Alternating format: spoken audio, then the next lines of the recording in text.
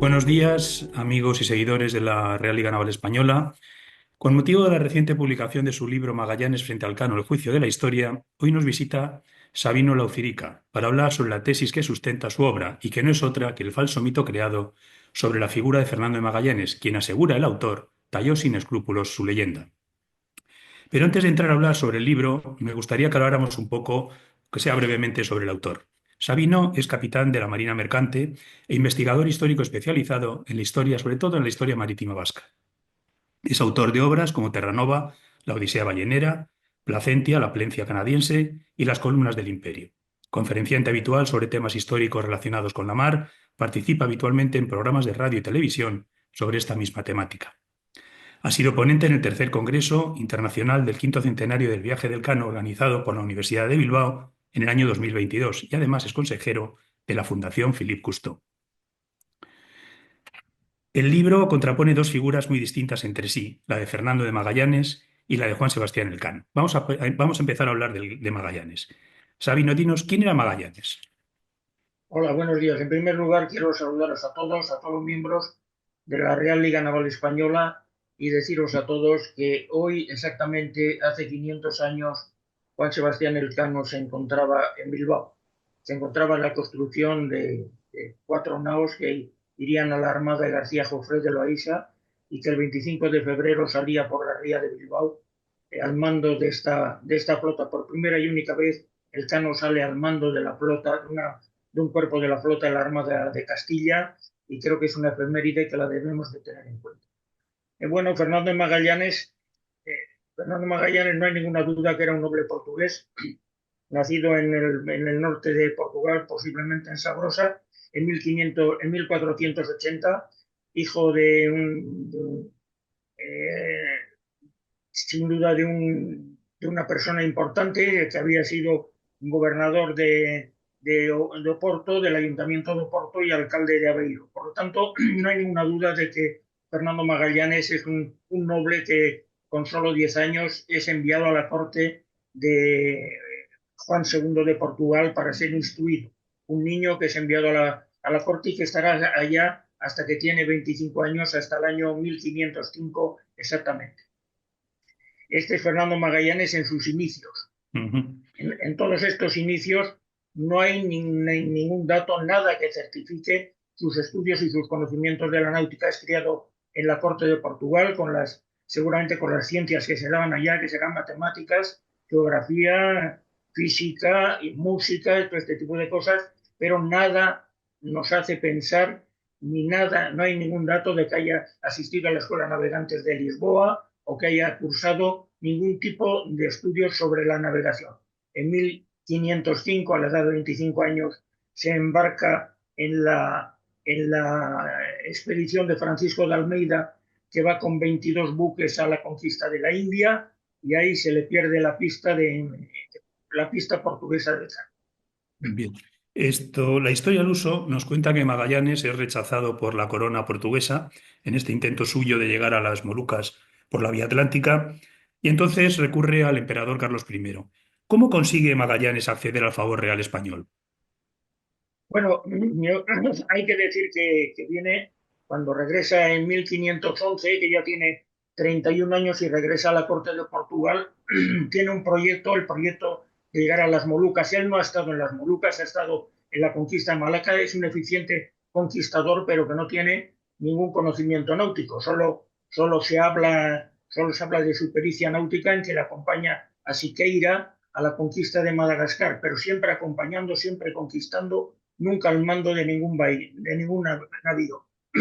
Llega a la corte de Portugal, a la corte en la que él había vivido de joven, y llega y se entrevista con el rey Manuel I. Hay que, hay, que, hay, que, hay que tener en cuenta que es rechazado, cuando él presenta su proyecto, es rechazado por el rey, por un rey que había estado en su corte, es rechazado por el rey, es una cosa que a mí me llama la atención. Él había estado, ahora el nuevo rey es Manuel I el Afortunado, que llega al trono en 1495, es decir, que está 10 años viviendo con Magallanes. Magallanes es un niño, el rey es 11 años mayor que él, pero desde luego han tenido que coincidir en la corte y con este nuevo proyecto de llegar a las Molucas a través del cono suramericano es rechazado por el que en teoría tenía que haber sido su amigo. La explicación es que Magallanes tiene muy mala fama, es un cruel conquistador y no tiene una fama que le acompañe, a pesar de que va acompañado de Ruy Faleiro, que era su amigo de la infancia y que era un astrónomo y cartógrafo. Va acompañado, a pesar de todo ello, el rey Manuel I el Afortunado le rechaza y entonces Magallanes, rechazado y humillado, pasa al reino de Castilla a ofrecer sus servicios al emperador. ¿Cómo consigue introducirse dentro de la corte real? Porque a Bueno, la es corte que de...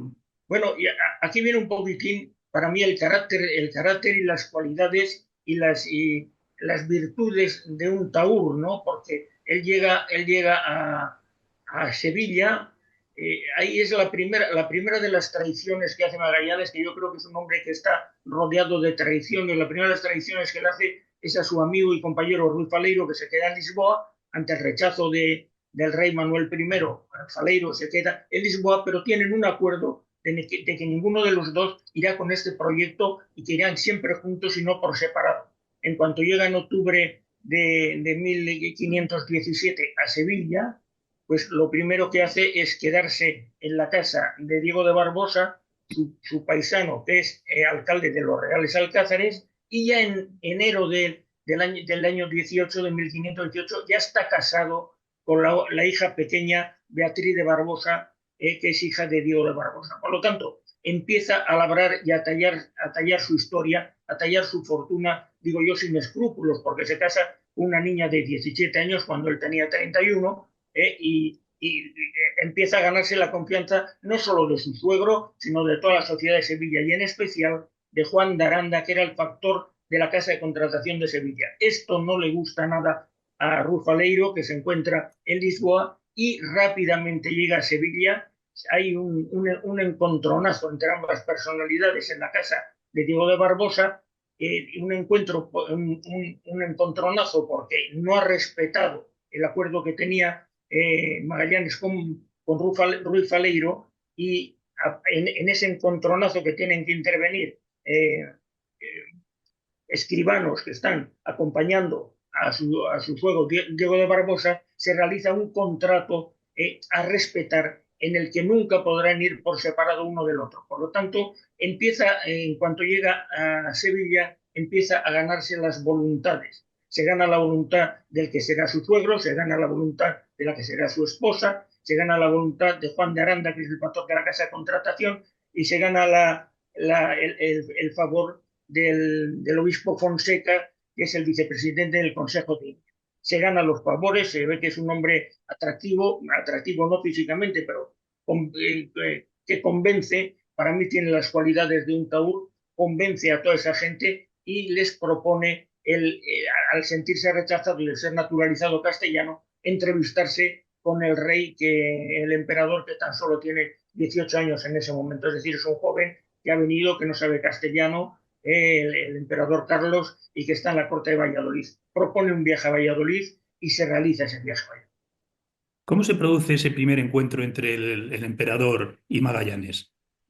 Bueno, el primer encuentro pues debe ser agradable. Él le presenta el proyecto, va acompañado de Juan de Aranda. En ese trayecto en el trayecto que va entre Sevilla y Valladolid, ya ha firmado un contrato con Juan de Aranda en el que le dará el 8%, y está aquí en el libro, está el documento, el 8% de los beneficios del negocio. Ya están hablando de negocio.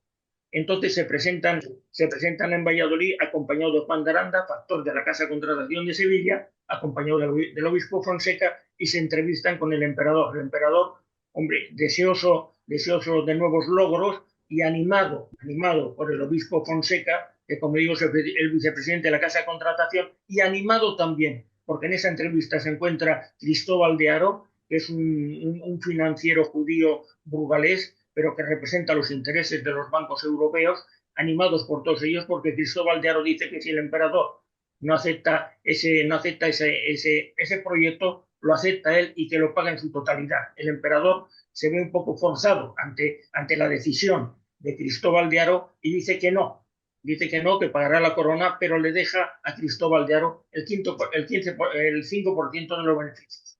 Entonces, pues se ve que el proyecto es atractivo, el coste será de 8 millones y medio maravedís, lo que son 4, 4 mil millones de euros. Y bueno, pues el proyecto sale adelante y luego se firman las capitulaciones de Valladolid. Bien. Vamos ahora con Juan Sebastián Elcano. ¿Quién es Juan Sebastián Elcano? Bueno, Juan Sebastián Elcano, la verdad que Juan Sebastián Elcano tiene muy poca suerte en su vida. Es un prófugo de la justicia, se encuentra en Sevilla huido, seguramente está alternando en los tugurios de Sevilla con los de su gente, con Juan de Acurio, con la gente de por aquí, y está huido de la justicia porque realmente ha puesto su barco al servicio del cardenal Cisneros en la conquista de Orán de 1509. No le han pagado porque la corona española siempre ha pagado tarde y mal, y él, acusado por las deudas, pues tiene que embargar su barco para satisfacer las dudas que tiene con el duque de Saboya. Encontrándose en su casa de Guetaria, pues recibe la visita de Pierluigi Cercarini, que era el factor del duque de Saboya, que le exige la deuda que tiene. Juan Sebastián Elcano, que es un buen pagador, es un hombre fiel, un hombre de palabra, un hombre de honor, entrega su barco. Esto estaba penado en época de conflictos porque entrega a una potencia enemiga, entrega su barco, pero ante el miedo de ser prendido, emprende una huida a Sevilla, y allá se refugia, está en los tugurios de Sevilla, hasta que se proyecta esta expedición en la que él va en la nao Concepción como contramaestre en un inicio, aunque luego pasará a maestre. ¿Cómo y por qué se enrola Elcano en este proyecto de Magallanes? Bueno, ese es un proyecto a la desesperada. Hay que decir, bueno, también realmente que tampoco iban a la desesperada y sin cobrar. Tengo aquí las liquidaciones de los salarios y los adelantos a todos los componentes de esa expedición, y ya desde el primer momento en que se embarca, el primer momento en que se enrola, ya tiene una asignación mensual que recibirá él y recibirá su familia cuando inicien el viaje. Es decir, no iban a la desesperada, no iban sin cobrar, tenían asignaciones mensuales, y bueno, pues es una salida para esta gente que no tenía otro futuro. Él estaba ya huido y entonces hay una gran expedición que se presenta con 5 barcos, y él se enrola en esa expedición como otros tantos, como sus paisanos.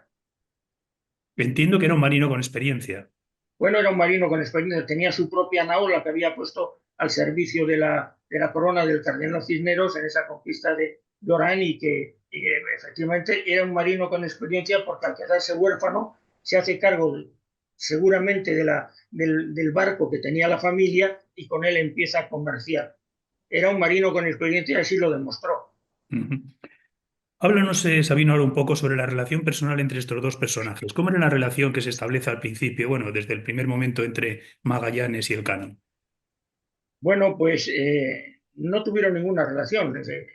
Ahí se ven películas y se ven como esta última reciente que se llama Al Límite, creo que se llamaba una serie que salió en televisión, en la que se les veía como dos amigos que iban del hombro y tal, y eso es totalmente incierto. Yo realmente para esa película de Miguel Menéndez de Zubillaga, yo me ofrecí a ser asesor de ella como capitán y como historiador que soy, y bueno, pues rechazaron diciéndome que se trataba de una película de aventuras y que no tenía mayor interés histórico. Así son los errores que se han cometido en esa serie y que se van transmitiendo, ¿no? No tenían ningún contacto, seguramente nunca se hablaron.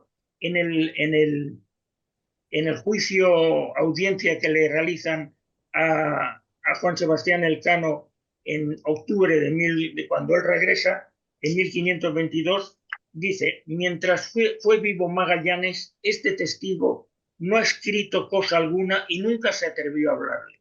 Es decir, nunca se hablaron. Encima es condenado a muerte en el motín de San Julián, por lo tanto, pues yo creo que le tenía terror. Nunca se hablaron, iban en dos naus diferentes porque Juan Sebastián Elcano iba a la Concepción y Magallanes iba a la Trinidad. Nunca se hablaron. Él, al fin y al cabo, fue un amotinado de San Julián, y dice, para mí, que le tenía tal terror que dice: nunca me atreví a hablar. Por lo que tengo entendido, La navegación entre Sanlúcar y el Mar del Sur estuvo plena de incidentes entre Magallanes y las tripulaciones. ¿Qué puedes contarnos al respecto?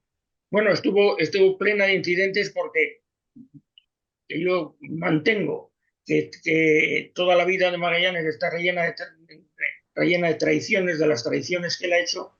Una de las traiciones que hace es a la palabra dada al emperador, que las capitulaciones de Valladolid están escritas, y leo textualmente, y que todo lo que hubierais de hacer que toque a nuestro servicio, lo hagáis tomando el parecer de dichas personas, es decir, de la parte castellana de la expedición, y con acuerdo, y siendo todos juntos y conformes para ello, y sobre todo os encomiendo la conformidad entre vosotros. Eso dice el emperador, y Magallanes le falta poco para, en cuanto inicia el viaje, pues no tener ninguna relación con ellos, no transmitirles sus planes, y entonces ahí empieza el malestar de la parte castellana, que termina con el apresamiento de, de, de Juan de Cartagena, que era el principal exponente, el veedor real, el aprendimiento y el engrilletamiento, y ahí empieza una serie de disconformidades y de recelos que pasan a odios y que terminan en el motín de San Julián. Es decir, pues bueno, se estaba larvando ya lo que sería una rebelión, porque Magallanes, en cuanto toma el mando, no hace caso a las órdenes dadas, a las capitulaciones de Valladolid, y empieza a traicionar la palabra dada al emperador y traicionar a la parte castellana. Bueno, al menos habrá que reconocer a Magallanes el mérito marinero del paso del Estrecho que lleva su propio nombre. Bueno, el paso del estrecho no es no necesita ninguna pericia náutica. El estrecho de Magallanes tiene 330 millas y tardaron 28 días, lo que era un promedio de 12 millas diarias, ¿no? El, el paso en Magallanes, el encuentro de aquel paso al Océano Pacífico es una cuestión casi de tanteo y de fortuna, porque para recorrer 330 millas, pues en 28 días no se necesita ninguna pericia. Fue una simple casualidad que encontrase el paso, ¿no? Ujú. De todas maneras, aquí ocurre una circunstancia que es muy importante y que para muchos se ha perdido de vista, ¿no? Y es que en la Patagonia, Esteban Gómez, que es el piloto, porque Esteban Gómez, para mí Esteban Gómez fue el piloto no solo de la Trinidad en la que iba Magallanes, sino el piloto de la expedición. Esteban Gómez sí que era un gran navegante, deserta por la nao San Antonio, regresa a Sevilla. Él sí que clava el viaje porque va desde la Patagonia hasta Sevilla y entra a Sanlúcar de Barrameda, una ruta que nunca se había hecho esa ruta. El verdadero navegante y el verdadero piloto de esa expedición, no solo de la nao Trinidad, la que iba a Magallanes, sino la propia expedición, es Esteban Gómez.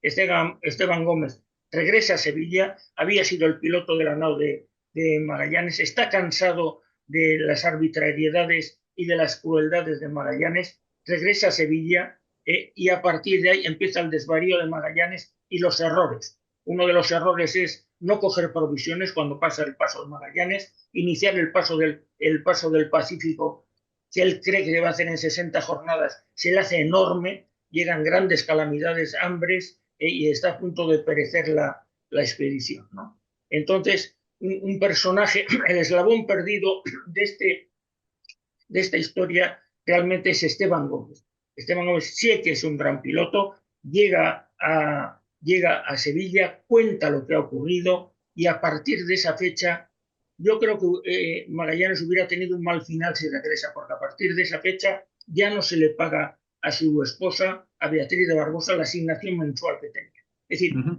sienta, a pesar de que él es apresado y engrilletado y puesto en prisión en Valladolid, pero sienta muy mal todo lo que ha contado y ya se le deja de pagar la asignación a Beatriz de Barbosa. El paso de Magallanes lo realiza Magallanes, lógicamente no es difícil hacerlo, es cuestión de fortuna, pasa al otro lado e inicia el camino hacia las Molucas, quedándose en Filipinas. Ujú. En abril de 1521 muere Magallanes en Mactán en el transcurso de una escaramuza, y aquí es cuando surge en realidad la figura del Cano como ese gran marino que se consagra al dar la primera vuelta al mundo. ¿Qué destacarías de este viaje desde Mactán a Sevilla?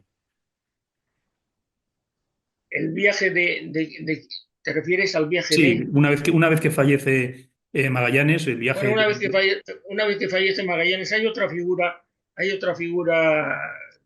desconocida que yo creo que se le voy a de dar la relevancia que tiene, que es Gonzalo Gómez de Espinosa. Gonzalo Gómez de Espinosa es el alguacil de la expedición, es un militar, es el hombre que sofoca la expedición en el motín de San Julián, es el hombre que llega con una falsa eh, carta de paz entre los sublevados y Magallanes y que se hace con el control de la sublevación, ¿no?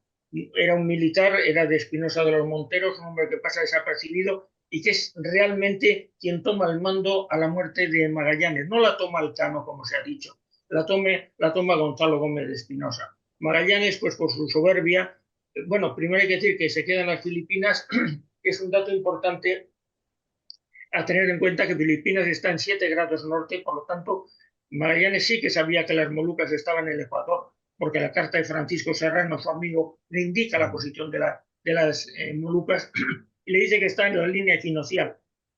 Magallanes supera esa línea en 7 grados, que son muchos kilómetros, muchas millas, no sabemos por qué, no sé por qué cuando llega a la línea equinoccial, que era conocida porque las latitudes se conocían, no se dirige a las Molucas, sino que sigue avanzando hacia el norte. Llega a las Filipinas y se queda allá, es muy bien acogido, se siente un rey, se siente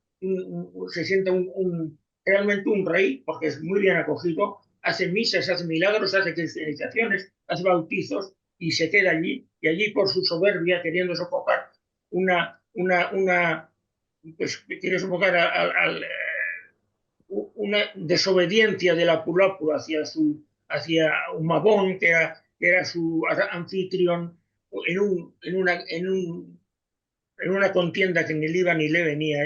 Él quiere demostrar la fuerza que tiene, pues vaya con las 3 naus que le quedaban y con 48 voluntarios hace un desembarco en Mactán para sofocar y para castigar a la Pulapu, como digo, en una escaramuza que a él no le iba ni le venía porque era entre ambos caciques locales y ahí muere porque, y seguramente esta escaramuza está ya acordada por los dos, porque tanto es así que cuando regresan derrotados, Magallanes muere el 27 de abril, pero cuando regresan derrotados a la India, a la isla de Cebú, que es donde está Humabón, pues hay una cena, una especie de cena homenaje, pero realmente es una cena trampa, donde pues mueren muchos de los que han ido allá a celebrar esa cena, una cena que dice Humabón que les va a dar en reconocimiento a los servicios que le han dado, y realmente es una trampa porque allá mueren una cuarentena de los expedicionarios.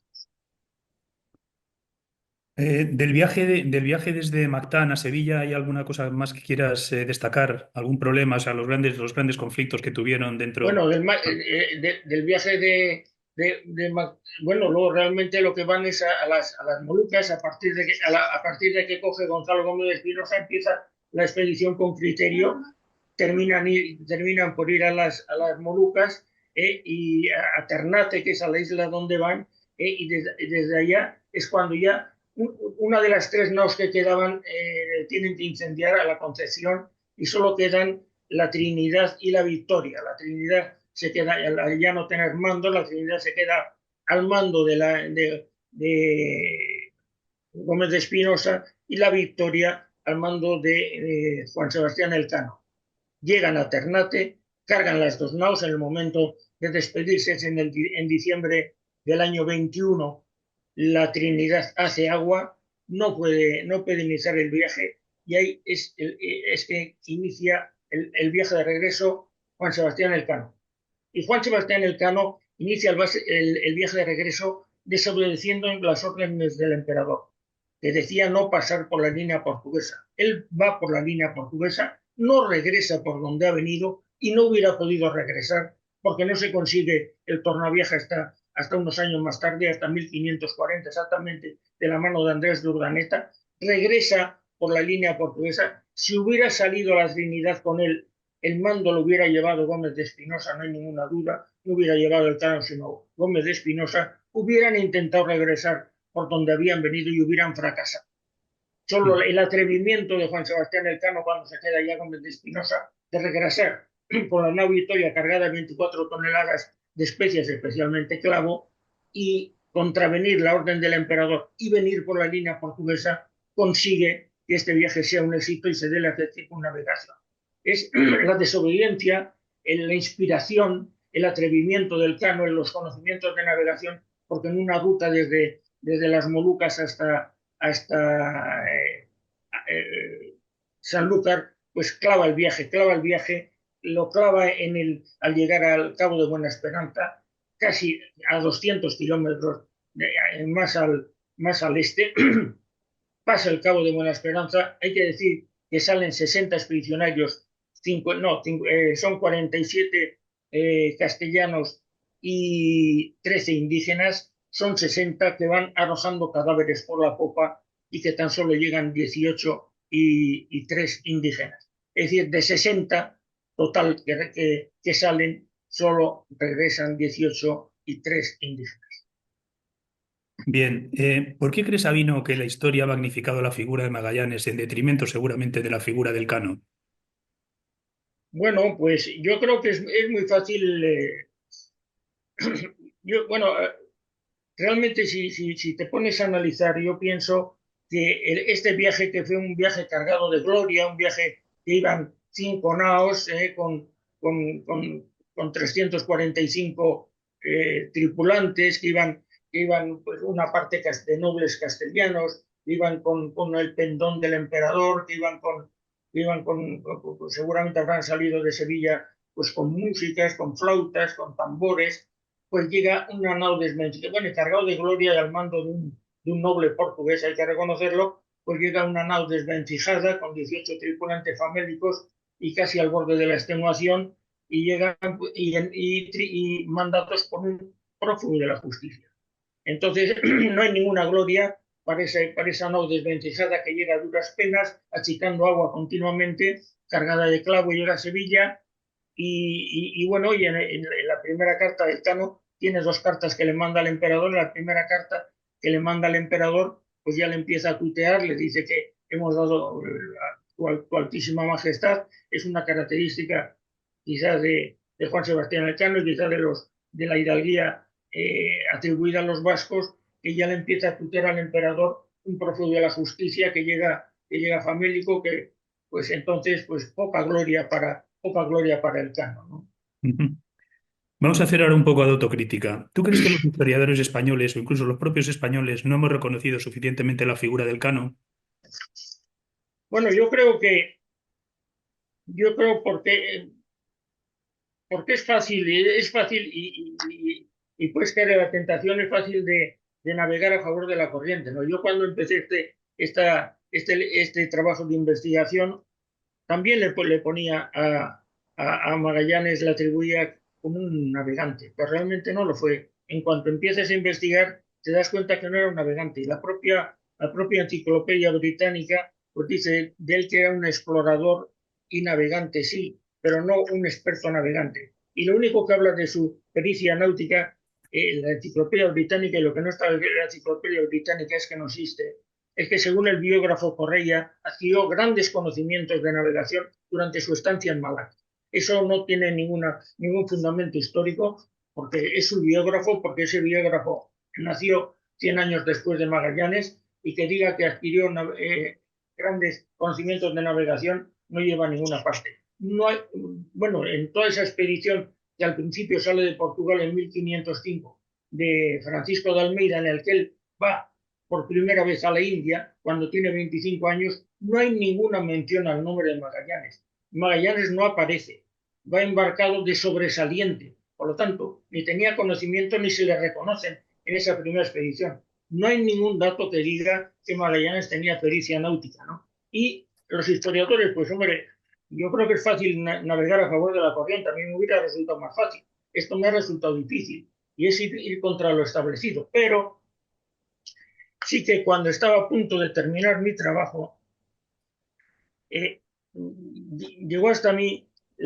un informe, un libro del historiador Felipe Fernández Armesto. Felipe Fernández Armesto es un historiador, doctor por la Universidad de Oxford y profesor de la Universidad de Notre Dame de Estados Unidos, que en su libro Magallanes, más allá del mito, desmonta despiadadamente el mito de Magallanes.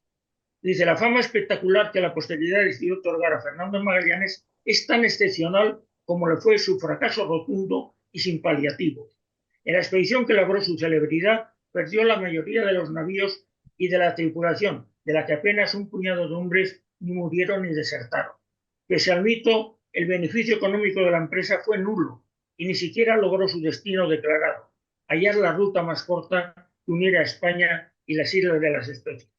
Nunca pretendió circunnavegar el planeta, cometió errores fatales, desencadenó motines, manifestó una ambición desmedida, una conducta sanguinaria y destructiva con los pueblos indígenas, como por otra parte el resto de los conquistadores de su tiempo, y murió a mitad del camino, sin fundar colonia alguna y dejando al español Juan Sebastián Elcano la gesta de culminar la travesía. Es decir, esto, cuando llegan estas palabras a mi mente, cuando veo esto, el libro estaba terminado, pero no había sido enviado a la editorial. Yo le incluyo, entre comillas, marco su referencia y digo que estoy totalmente de acuerdo con la visión que tiene Felipe Fernández Armesto sobre la figura de Magallanes. Bueno, la verdad es que, Sabino, el tema es muy interesante y además nos llevaría ahora a seguir hablando sobre esta apasionante primera vuelta al mundo. Pero carecemos del tiempo y además estaríamos desentrañando el libro tuyo y privando, por tanto, a los lectores de una obra que recomendamos, la verdad, muy vivamente. Así que, por último, Sabino, si quieres, muéstranos la portada del libro y dinos dónde conseguirlo y cuál es su precio. Bueno, el libro a mí me parece magnífico ya desde la portada. Suben un poco más, Claro, si eres el favor. Un poco más arriba, eso es. Ahí está. Yo soy, yo soy, yo soy parcial, aquí no puedo ser imparcial. El libro me parece magnífico y la portada. La portada es una composición de una fotógrafa vasca que se llama Andrea Irazu, que no solo tiene la foto de la portada, la contraportada y las fotos del interior. Esta fotógrafa vasca ha realizado estas fotos a bordo de la nao Victoria, de la réplica de la nao Victoria, por lo tanto, tiene el valor añadido a mi trabajo de investigación. En el libro se encuentran pues, numerosos documentos, como son el testamento de Magallanes, como son el acta de embargo en Sevilla de la nao Santa María, que luego será la Victoria, a su verdadero propietario, que es Domingo de Apayúa, un hondarrés que le embargan el barco en Sevilla. En fin, este no es un libro pues, de una literatura barroca. Es un libro de investigación lleno de documentos y que dará un conocimiento y para mí realmente desmontará el mito de la figura de Magallanes y le dará el lugar que le corresponde en la historia a Juan Sebastián Elcano. El precio es de 28 euros, se puede encontrar en todas las librerías, desde luego en Madrid, en la librería Náutica Robinson, en todas las librerías especializadas y a través de Amazon. El libro está editado, hay que decirlo, por la Asociación Cultural y Científica Iberoamericana, tiene el sello de la Asociación Cultural y Científica Iberoamericana. Para mí es un orgullo haberlo hecho, me parece necesario que sea conocido para tener una verdadera visión de quién fue Elcano, o sea, quién fue Magallanes, y tratar de sacar de ese umbral de la historia en el que está enterrado Juan Sebastián Elcano, el verdadero héroe de esta expedición, sacarlo a la luz.